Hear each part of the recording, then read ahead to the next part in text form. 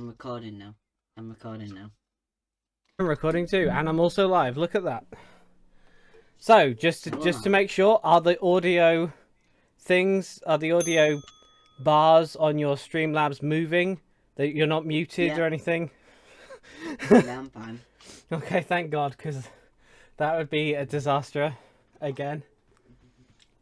Oh, no one can see me. 1 second. Boom. Stream. Live stream. Podcast.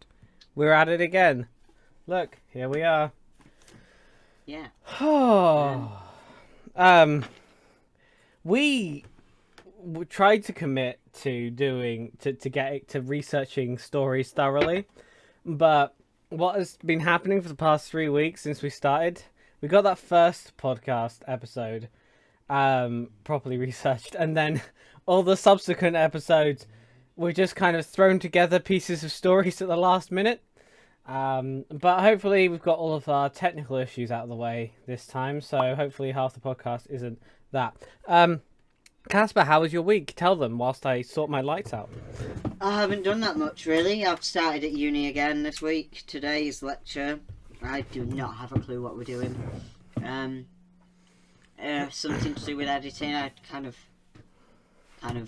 wasn't paying attention for 90% of it.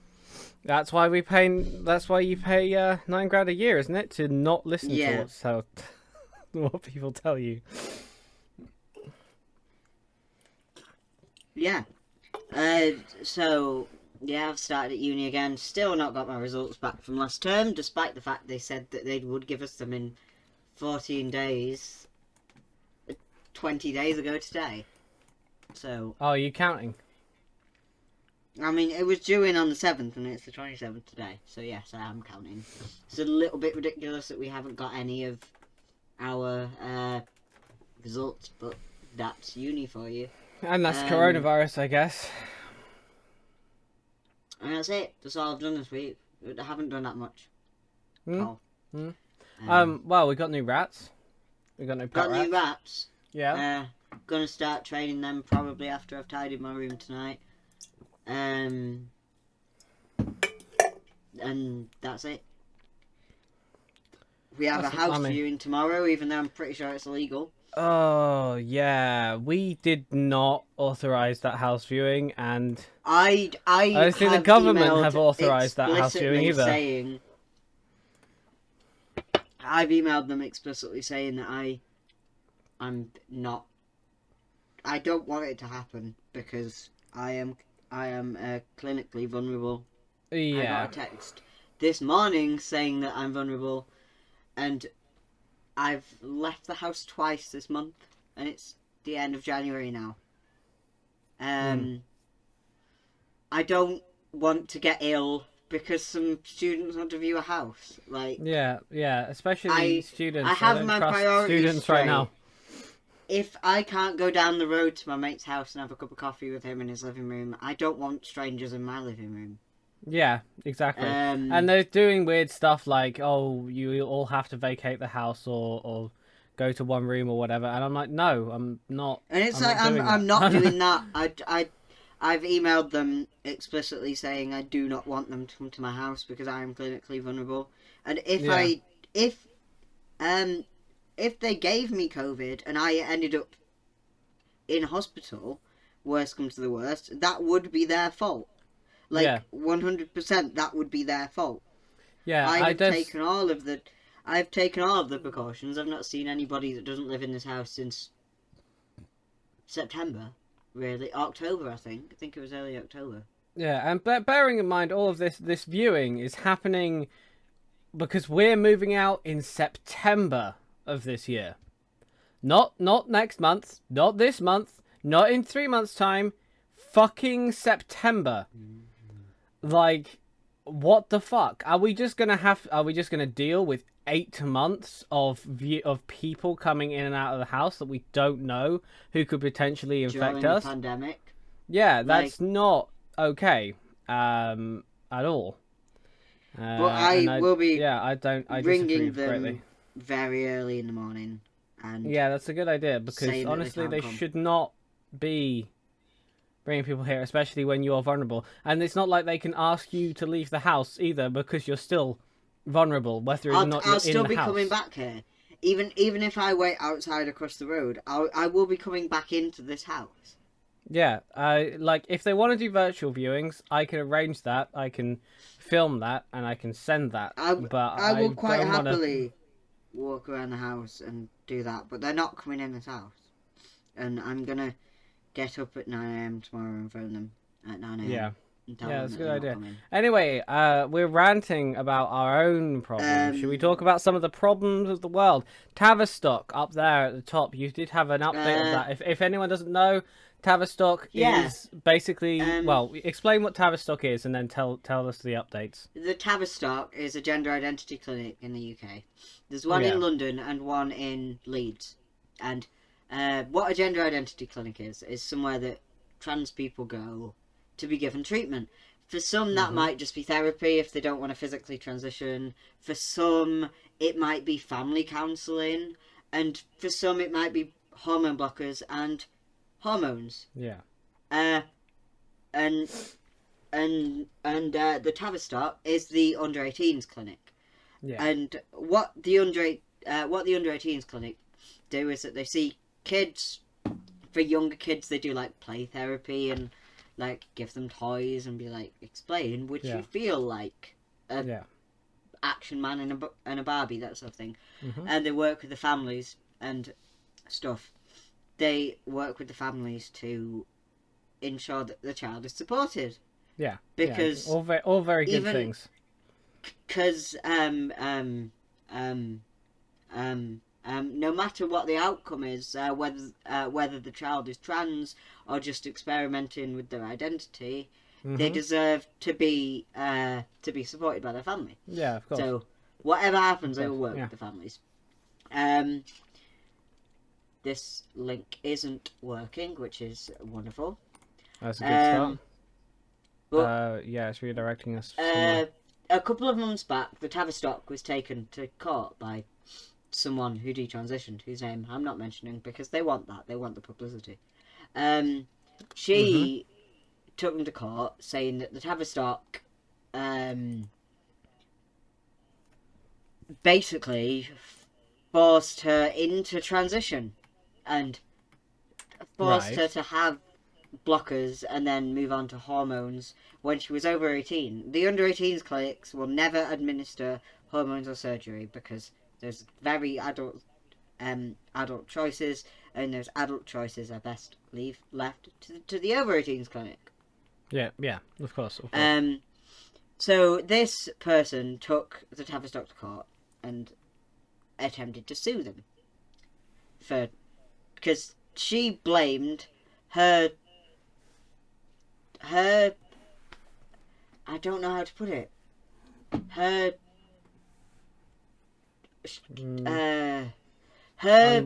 unfortunate decisions in terms of transitioning when she was a teenager and a young adult on the Tavistock. Right. Which isn't right, because the Tavistock check that you are trans before giving you any treatment, obviously, and so do the adult clinics. And there is right and wrong things to say within these appointments, and trans people do talk to each other about what the right and wrong things to say is, because that's what we do, basically. Yeah. So there was an update recently about it, wasn't there? Recently, the update is that the Tavistock has been rated inadequate. Because what does that mean for that building? That means for the service that they're inadequate, that their waiting times are too long, and they're not giving the service users what they need. Right, yeah. And they've been criticised this week because of the long delays, high caseloads, and poor leadership. And this trans people like tell us something we don't know. Because the waiting list for the Tavistock from referral from your GP to being seen, that I think it's upwards of 18 months. Yeah, it says it's Most years here in this article I'm reading. most of them are 24 to 30 months, and 24 months is 2 years. Yeah. Um, Average estimate of and 18 months. it is ridiculous. Yeah. Oh, And definitely. we're not sure what this inadequate rating will mean. I doubt it will change because trans Well, healthcare has always been this bad. Like, it's yeah. not a new thing. They've been rated inadequate before I mean, and it's done pretty. nothing. It's good that they've had this rating to say these like a lawful rating to say that they are not providing the correct amount of, like, people are not being seen fast enough. But it's also Yeah. they've now been blocked from being able to treat people who is it under 16-year-olds or They 16-year-olds? they under 16-year-olds. They can treat them. They can give them therapy Yeah, and counselling and family therapy, but they're now not allowed to give the kids hormone blockers. yeah, which is Which a big which part is of it if is being able to get them which, early as well. yeah, early intervention is the Save key to lives. fixing any issues. The same with mental health issues. The the same with like throat cancer, for example. The earlier you catch anything, the easier it is to treat, especially with Yes, yeah. mental health issues, especially with trans stuff, because putting a child through a puberty that they do not want can be incredibly traumatic. Yeah, yeah, because you have And to deal with all of those conflicting things whilst simultaneously feeling like you're trapped inside your own body. and in a I way, I'm quite imagine. lucky that I came out at 19 because I didn't experience any of that going through puberty. Um, Yeah. yeah, and I don't. And yeah, inspectors found that there were more than 4,600 young people on the gender identity Which is clinic waiting list. insane when you Some think about it. waiting Like, over think 2 years about a for their room appointment, filled with 4,600 people. That's which not right. something I have been thinking is that if you say that to anyone that isn't aware of trans healthcare, they're like, "Oh, that's disgusting." But I look at that and I think actually 18 months isn't that bad compared to some of the adult services. Yeah, But because what you've been but your this is this isn't I this your second time being told that you have to wait 3 years? I was 4 years. No, I was 3.5 years until I got my first appointment. It will be another 3.5 years until I get my second appointment. Which is to tell me something I already know. I already know that I've got gender dysphoria. I've been on testosterone for 4 years. They're wasting their own time and they're wasting their own money. They could have referred the people who are already on hormones on for surgery in their first appointment and saved a lot of stress, a lot of hassle, and a lot of money. And But I think that's so. I adult think this services. comment I saw on the Reddit article that you've linked there. The best one to, I think, summarize up this story is I've been saying it for years. Hormones good, Tavistock bad. Yeah, And I think that just like about sums up the like long and short of it, really. like the issue is how they approach the children. Let's put it that way, because I have been with a friend and sat in on one of his Tavistock appointments because sometimes they're like, "Oh, you need to bring people with you to prove that you're trans." Like, they need to talk to other people in your life to prove that you are trans, Mm. apparently. So I went Which along is to this something appointment. I don't get is So why you have to prove your identity. Short of, going traveling somewhere and needing your passport to prove who you are. I get that, but beyond that, why would anyone have to prove to another person that they are who they say they are? And yeah, I welcome to don't being trans. understand that way of thinking at all. Yeah, but you have to take other people to prove that you're trans, pretty much, because Yeah. I still don't get it, and No, neither yeah. do I. So I've sat in on one of these appointments with my friend, and he was 17 at the time, so too old to be being seen at the service. Yeah. But they still wasted their time and his time seeing him. Um, and they don't just ask you if you're trans, they grill you, they make you. And the adult services are exactly the same, actually. The appointment I went to a year last November, it would have been. Yeah.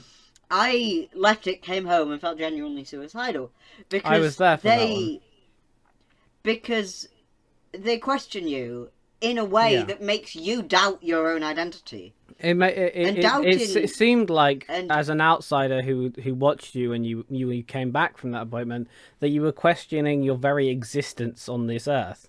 And I just don't yeah, think anyone like has trans rights are taken to court and debated on all the fucking time, and yet people feel like they have the right to make someone else feel like they're not real, that they don't actually exist, exactly. which in turn Yeah, results in suicide rates spiking for young trans people. And I and just don't understand why this sort of double standard exists here. the worst part of it is that there's a simple way to make trans healthcare in the UK better. Yeah, go And on. that isn't more funding, although more funding would help.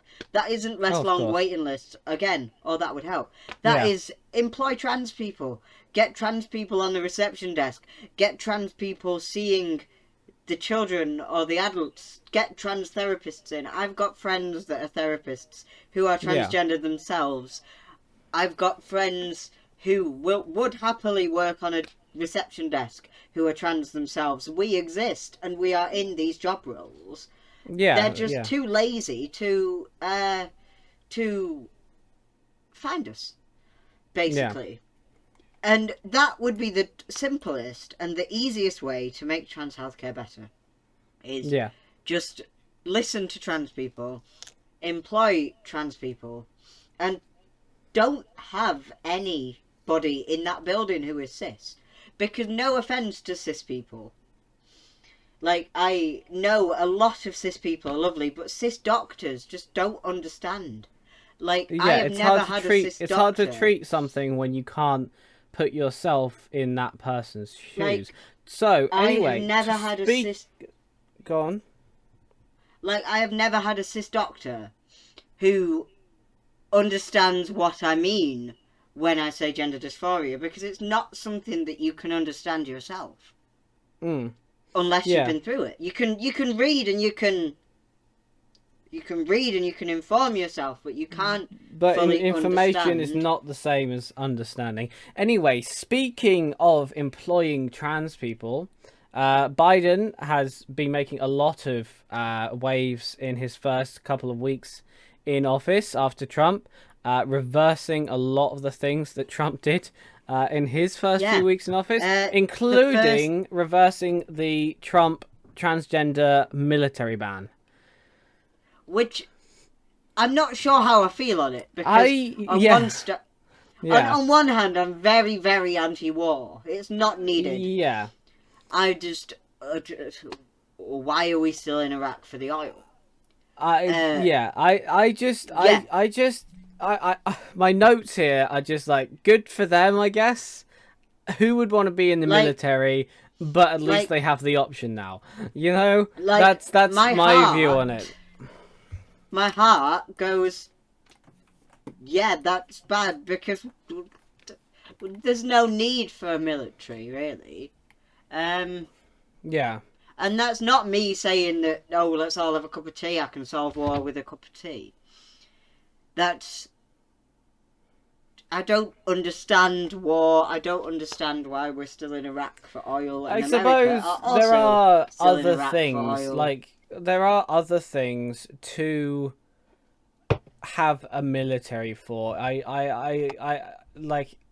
do respect the fact that it's more than just going to war with people. I just don't respect going to war with people. That's not a decision that's made by the troops generally, although they do follow orders, and that's not really a good defense. It's made by the politicians behind it, but I just think generally wars haven't needed to be fought before. They just ended up being, and wars shouldn't be fought in the future. I feel like we're definitely in an age where it's not as needed, but obviously there's a lot of other roles for the military as well. Like, there's endless things that you can defend from. It doesn't have to be other people.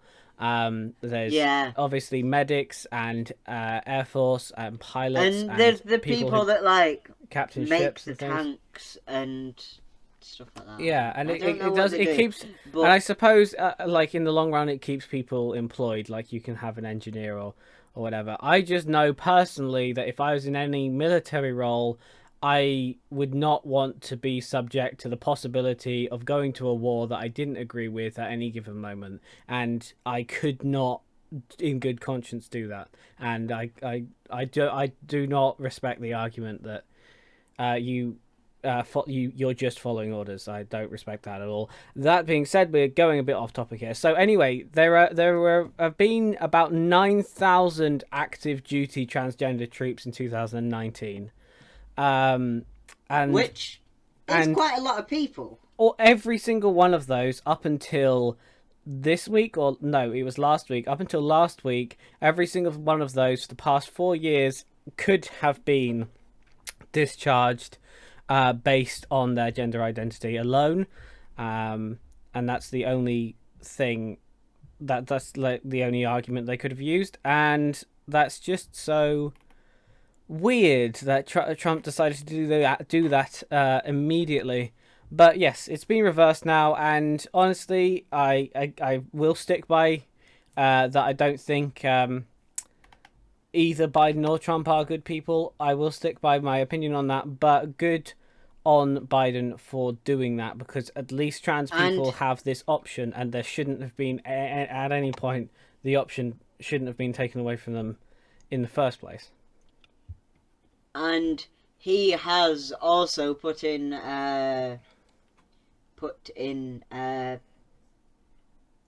restrictions for COVID and social distancing and stuff, which just wasn't a thing before him in America. Yeah. They're on and something I feel like they're insane suffering a death-wise, lot because of the lack of leadership. And I feel like it will help. They will help. And I think it will definitely help. I heard that Biden's thinking, and I feel like this is a hopeful figure personally, that the COVID deaths will peter out about 600,000 for the US, which is horrific.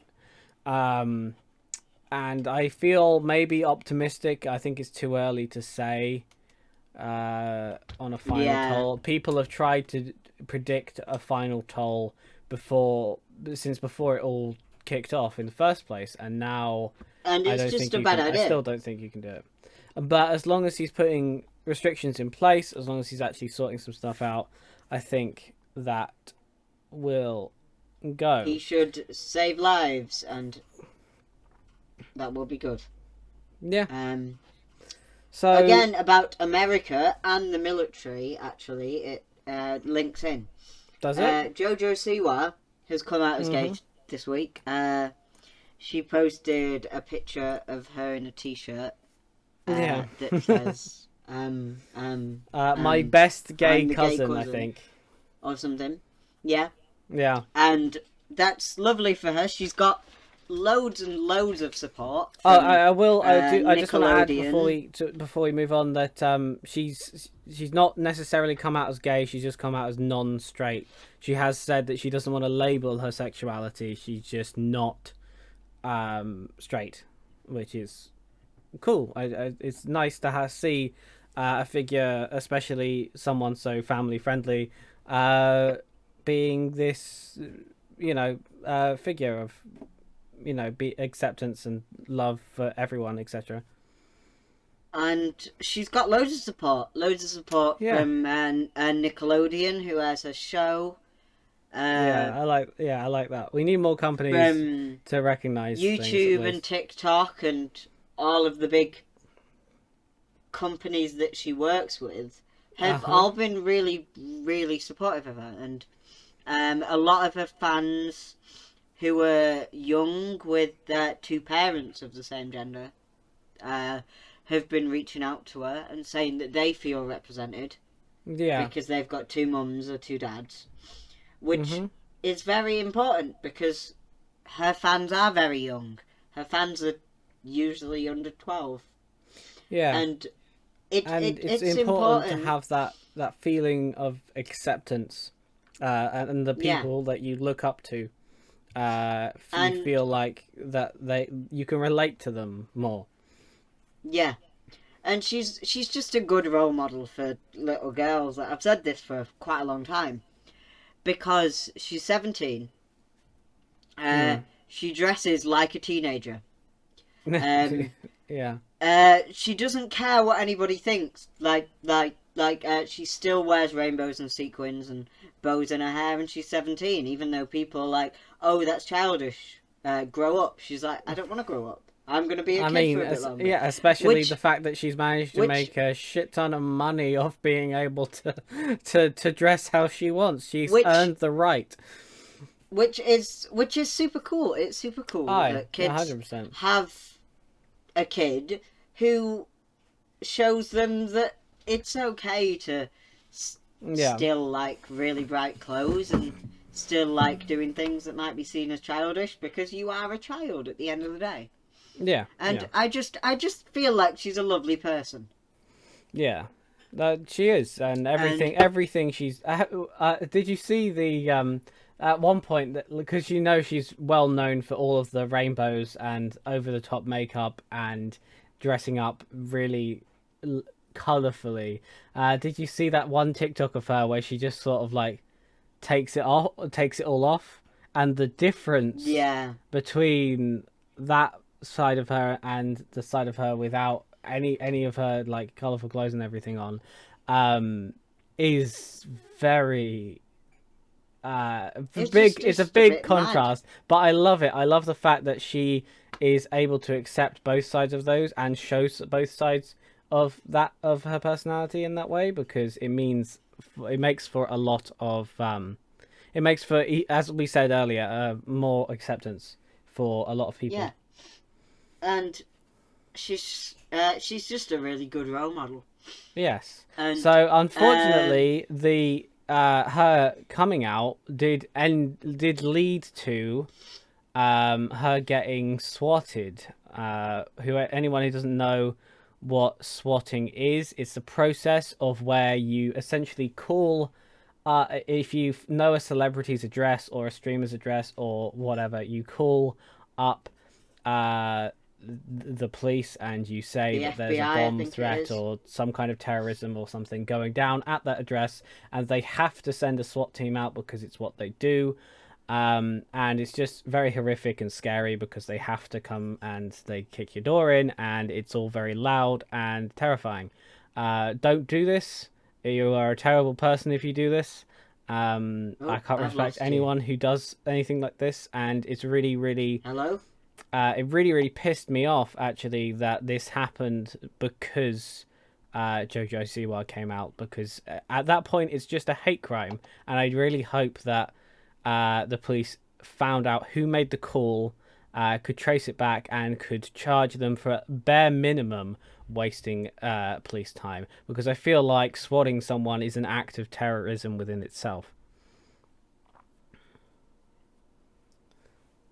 Like, I really. Um, And she's a kid. She's is, not. uh, did my call just die? Uh, Hello? Hello? yeah, your call has been. Uh, hello? Oh, right, okay. Yeah, you're back. You went very Uh, quiet for a second there. you have been, cutting What? in and out for me You're cutting in and for out the for past me. few minutes. Hello? I assume it's. Hello? Hi. Hello?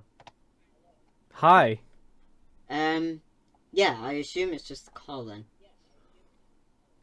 Right. But Is yeah, your she's. I don't noise reduction and echo cancellation, is it on or off? on Discord. Yeah. Go to voice and video in settings.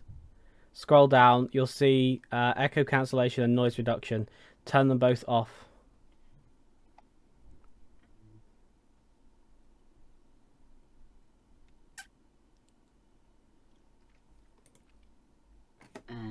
Yeah, there we go. They're both off now.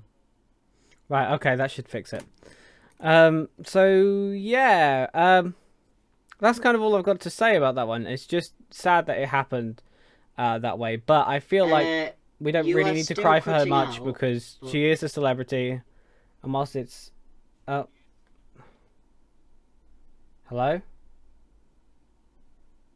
Hello, I can't. I couldn't hear you.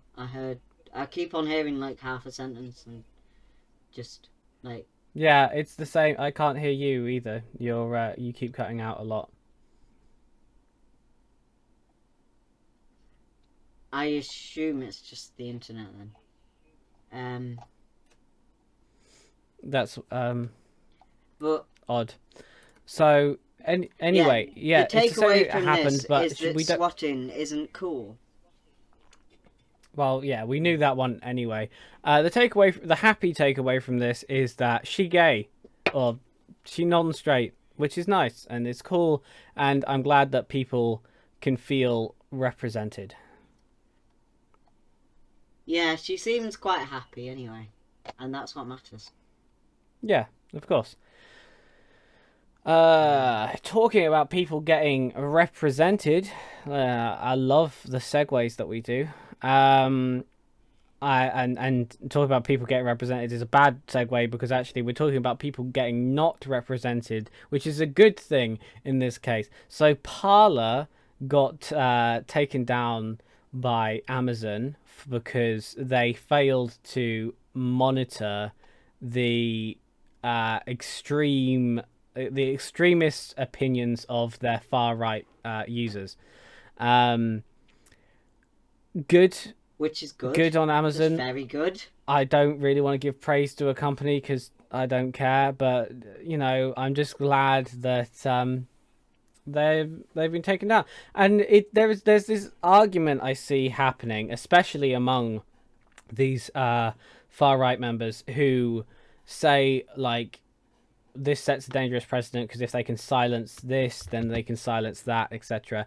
But the thing about that is if anyone, not like let's say me with my average of 3 viewers on Twitch and my 24 subscribers on YouTube, if I suddenly went on YouTube and spouted a load of racist and extremist bollocks and spread a bunch of lies around that could directly impact anyone who watched me to go do some violent things, I'd then get banned on all of these platforms that I use because I would be breaking their terms of service.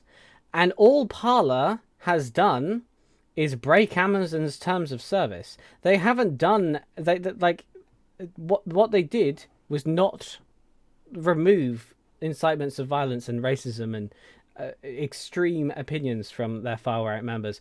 And I don't understand how anyone can be like, oh, but if they're silencing me when you just broke the rules, dude. You agreed to some rules, you broke those rules, and then you got banned. Don't cry about it. Like Yeah, either I don't. maybe you should consider the fact that you're the problem if that's if this keeps happening, and then the common denominator is you, not the rules that you agree to when you make an account to use the site or whatever it Yeah, I is don't the equivalent. understand why a lot of far right people are like, "Oh, you're silencing me. Oh, I should be allowed freedom of speech." Blah blah blah blah. Yeah. When their freedom of speech is racist, homophobic, every sort of obic there is. Yeah, I feel Fake- like you fake lose facts. you Like- lose your rights to free speech when you start using that right to hurt other people directly. Yeah. You know? Like- Like, yeah, I can't say anything other than that. But just you can't just use and abuse a system and then be surprised when that system bans you for violating its terms of service. It's like when Trump got removed by Twitter. Everyone was outraged by that. But the guy was inciting violence through the website. What do you expect was going to happen? Yeah. Now, if you break the rules, you lose the privilege to do that thing. That's something we learn when we are children. Like, it's the same as if you throw a tantrum and break a felt tip. You can't colour with that felt tip anymore.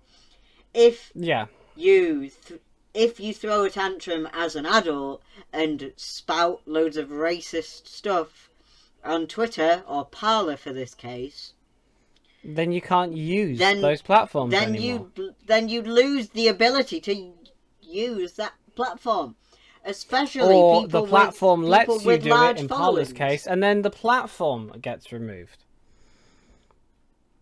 Anyway, they're suing Amazon. I highly doubt they will win the case, because you can't win a case where you clearly broke the terms of service. You can't say that your rights are being violated when you agreed to the terms of service and then broke them.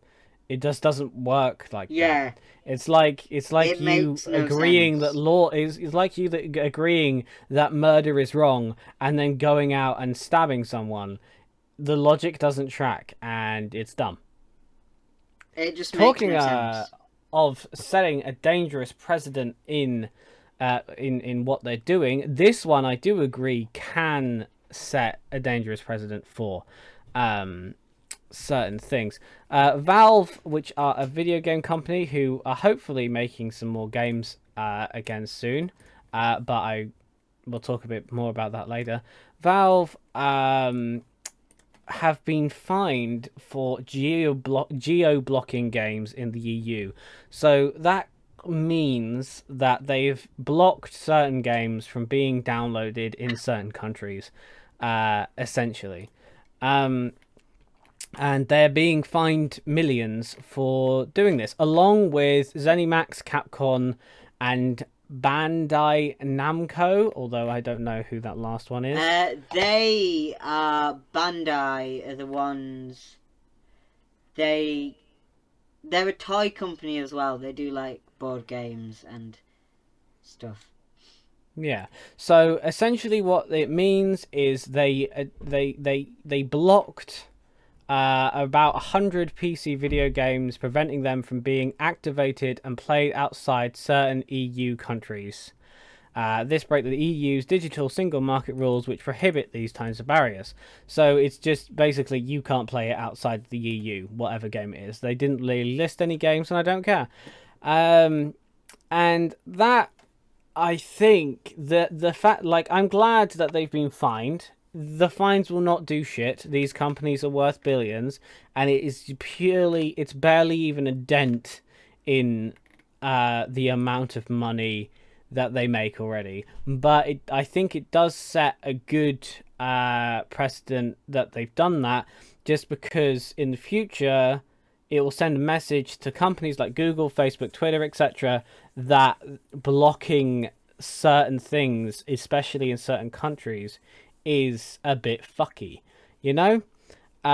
Because, for example, like, when you search for something, when you search for, like, a video on Google, your top result will pretty much always be a YouTube video, because Google own YouTube, and that means that they want to push their product primarily first. And certain companies like Facebook and Twitter can pay Google a lot of money to appear at the top of their thing. And let's face it, barely any of us ever scroll down. Like, I've never used the second page of Google. Barely any of us scroll down Neither past have the I, first three actually. links to try and find what we're looking for. Um, and this has been noticed by authorities, and I'm hoping that it will lead to a point where more competition for things that can arrive, because I want competition for things like YouTube. Because imagine YouTube actually, you know, needing to do stuff with their site rather than like never doing anything with it, and then something diabolically wrong happens and loads of people complain, and then they only do something about it a couple of years later. Imagine if there was another YouTube, a different site that did the same thing, and YouTube now had to compete to be the best service. It wasn't just automatically the best and only service out there. Um, because YouTube have gone down a route recently where I think ads are now played on YouTube videos that aren't monetized, on channels that aren't monetized. So those They people are, don't yeah. they don't earn Um, any money from YouTube at the advertising moment, on that's them. only in America. Okay, but Uh, it's still a really but dangerous place to start. uh, everybody's hoping that they will actually listen, because I have seen a lot about it from smaller YouTubers I don't think they recently. will though. But the problem is that YouTube don't even listen to the big YouTubers. They're not Barely, going to no. listen to little old me over here, They are they? only ever seem to Like, take action when one of the bigger YouTubers complains about it, and even and then, they don't necessarily. like we need one of the big YouTubers to stand up for us, really. And I don't know any, so I um, can't. but this is what I'm saying. Imagine if Google didn't have that massive monopoly over what appears on their site, and imagine if they had to be fair to across the board. Imagine what could come out of the woodwork. Like, you could get a whole new streaming service that actually listens to its creators, and builds this a wonderful new streaming platform. It would also take the weight off YouTube, which allows them to work on more features, and also, you know, kick YouTube up the arse a bit and say, like, But look, if you um, don't improve these things, then you're going to start losing people to something new. And I think that would be brilliant. And I really hope that Google and other companies like Google all do face repercussions for making the market unfair. the issue with that is that YouTube is already established, obviously, Aye. and uh, and it's been attempted before, but by like Vimeo is the main one. Mm-hmm. Vimeo is used more in a professional sense than Yeah. YouTube, and it's it's what I'm expected to put all of my portfolio on instead of Yeah. YouTube. And I know that they have tried to branch into the YouTuber you, YouTuber market, and it Yeah. just hasn't worked because Well, but because this is what I'm talking about. The reason why it hasn't worked is because Vimeo will never, whilst Google has control over what is on their page, Vimeo will never appear above YouTube because yeah, Google own YouTube. Google make money out of YouTube, so Vimeo will always be below it on their list. It will always be the second advertised. It will always be the second clickable link. And whilst that is the case, people will be clicking on YouTube more. I 100% believe that if Google wasn't allowed to do that, or if we had a different search engine that just doesn't do that at all, DuckDuckGo is pretty good for that one. But it's obviously not as popular because Google pushes itself so hard because they have the most money and they have a monopoly over it. But I 100% believe that sites like Vimeo, whatever, or any new sites that come out the woodwork in the next couple of years will be able to get more of a foothold and be able to boost themselves higher if search results come back by the some other form. I can't 100% tell you what form that would be, but something else other than you type in funny cat video and the first 3 results. Like, let me go to Google funny cat videos. Like, I type in that just because it's the meme. So the first 1, 2, 3, 4, 5, 6, 7, 8. The first 8 links are all YouTube videos, every single one. And that's like not an over exaggeration. I will display my screen and move my webcam over a little bit. There you go. 1, 2, 3, 4, 5, 6, 7, 8. It's insane. It's absolutely insane.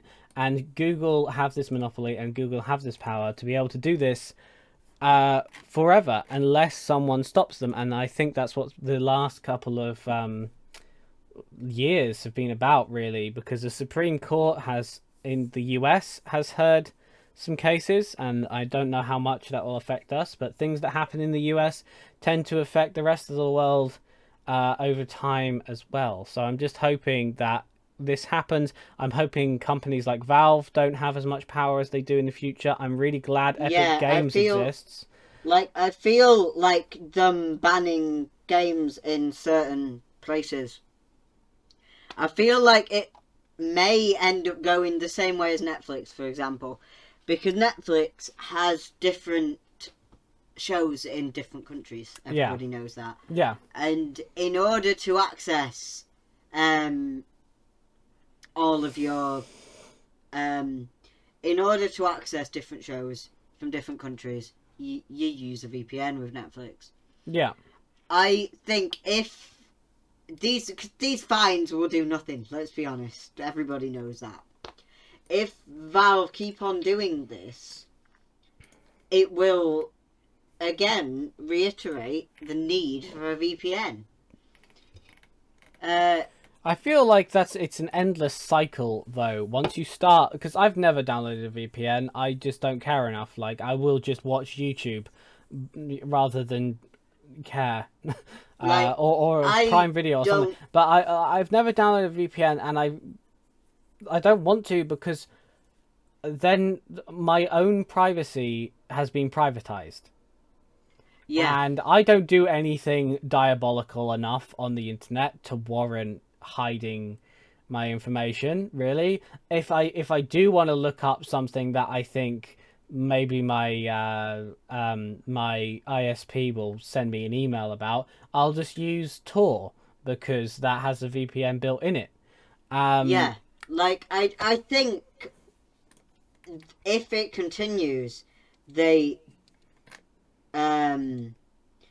people will need to get a VPN to access their Steam library, because and it's privatized. It's your privacy being privatized, and I just think that's also a very dangerous route to be going down. That's scary. That's not like not right. I do understand why some people get them. Like, if you work in a cafe or coffee shops and you're working on the internet, or and you have to be in a public space. I get that. Public Wi-Fi to get the money's worth out of it, I can see why people get them. But for me, a homeowner I'm not a homeowner, I'm a person at home who doesn't our generation work. Is unlikely to ever own a home. I don't need a VPN because I don't do work in coffee shops. If I do, then I tend to use my hotspot on my phone, because I've got loads of data on my phone. Or I'm just writing an essay, so I don't even need the internet. Like, no. Personally, I don't need one, and Netflix alone because you can't use Amazon Prime on a VPN. Isn't a good enough reason. But I feel like if Steam decided that I couldn't play The Binding of Isaac, for example, in the UK, but I could play The Binding of Isaac in America, I would buy one, hands down. But I think that's dangerous. That shouldn't be the case. That should not be happening. And I feel like this could potentially be the start of Steam teaming up with someone and selling a shit ton of VPN things because they know people will buy it. This is the thing though. That case I've talked about, the story that started all this. They have been fined for doing that. They've been fined millions for doing that, along with other companies. They have lost money from this. It won't make a difference to their budget. It won't make a difference to them at all. And there should be harsher penalties for breaking these laws other than just fines. Like it should either be a lot more money so that the company has to really strongly re-evaluate what it's doing, or someone needs to go to prison for it. Like, because it's not fair. It's genuinely not fair. Think about all of the people who go unemployed because they can't compete with this. The only reason Steam has competition now is because big companies who already had a shit ton of money, like Epic Games and EA, have made their own platforms, and as a result, Steam is better than it was like 5 years ago because these platforms exist. And Epic Games, I'm incredibly impressed with Epic Games. I think their free game a week thing is really, really beneficial for everyone involved. I think that's fantastic. And whilst it doesn't have as many features as Steam yet, I think it will in the future. It doesn't yet, but I'm just glad it exists, because without things like Epic Games, which I consider to be a really good store for games, Steam would be able to get away with everything, with all of this, with geo-blocking games, with banning things, with not improving their service, with not adding features, whatever the hell you want to call it. They can't do that as much now because they have to compete with Epic Games. And I really hope that whatever lawsuits and stuff get brought against Google, Facebook, Twitter, etc. in the future, I hope it means that something will come about where YouTube has to be held responsible in the same way, because they don't listen, and they're not going to listen until they think they're under threat from something else. And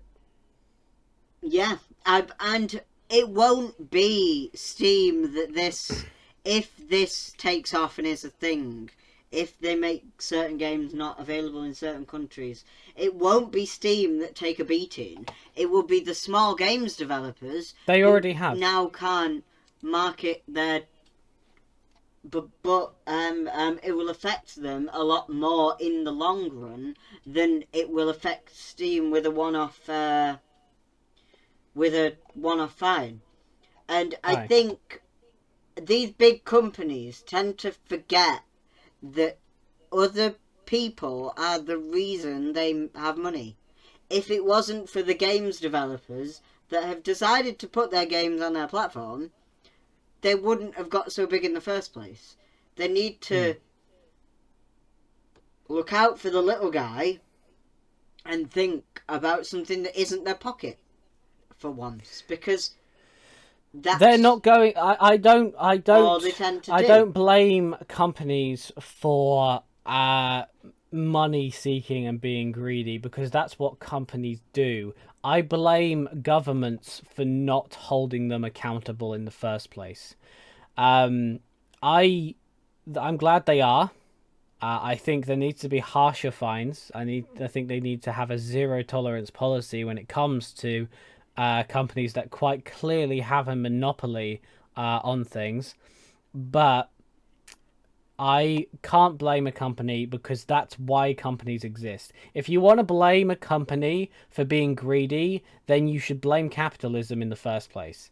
If you want to blame a company for having too much monopoly, you should blame the government that didn't keep its laws up to date quick enough that allowed them to get there.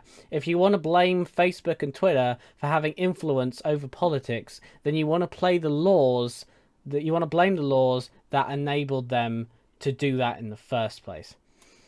The laws need to change. The laws are being changed, and they will be changed, hopefully soon enough to stop them having a monopoly. Anyway, Casper just highlighted a new story. And about Valve, because we've been talking about that for way too long. Yeah, and this is the last thing. Valve anyway. are making games again, which I'm not sure how I feel about that, because yeah. Because what? Go on. Because they've not... I feel like because of their antics with Steam at the moment, that they would just be microtransaction laden pieces of bullshit. Yeah. Basically. Because they made. I think they the made last Valve one I enjoyed was Portal. Portal is fantastic, and Half-Life is fantastic. Technically, Portal 2. They did. That was the last game that Valve made that I remember being good and actually playing. And Half-Life 2 was fantastic. All the Half-Life games are fantastic. Half-Life Alyx is their most recent game, and I'm glad that Half-Life Alyx exists. I haven't played it, but it makes me think that Valve are going to start making good single-player games again, because they've had a theme recently, because they don't need to make games anymore, because they run the biggest gaming store at this moment. I'm hoping that they will make decent games after the success of Half-Life Alyx.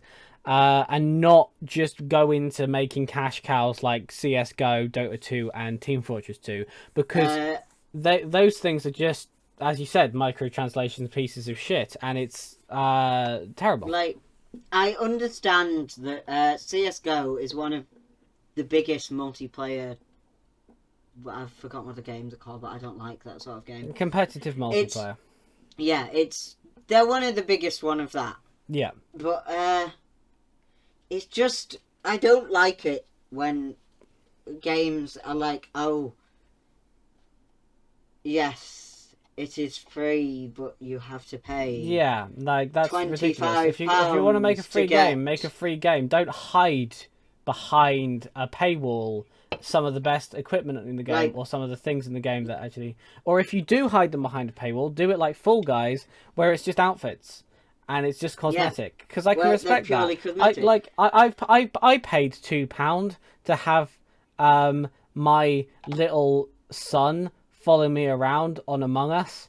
I played £2, and I did that happily because I wanted that, and it was cosmetic, and I don't need that to win the game.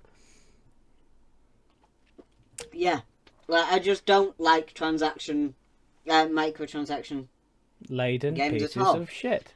I need to abbreviate that. What is that as an abbreviation? Microtransaction laden pieces of shit.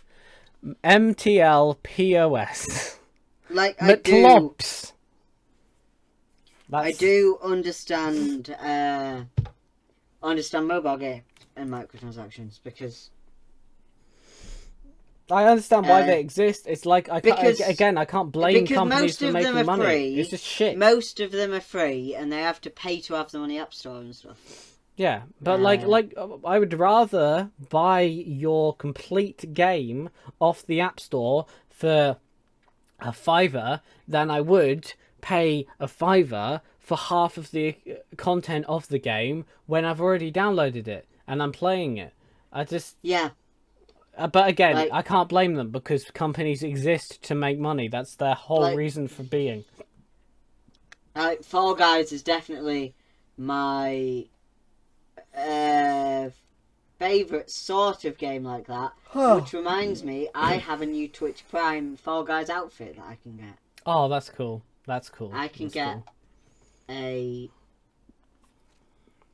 bear outfit. I think it's a bear. But yeah, I can get a bear.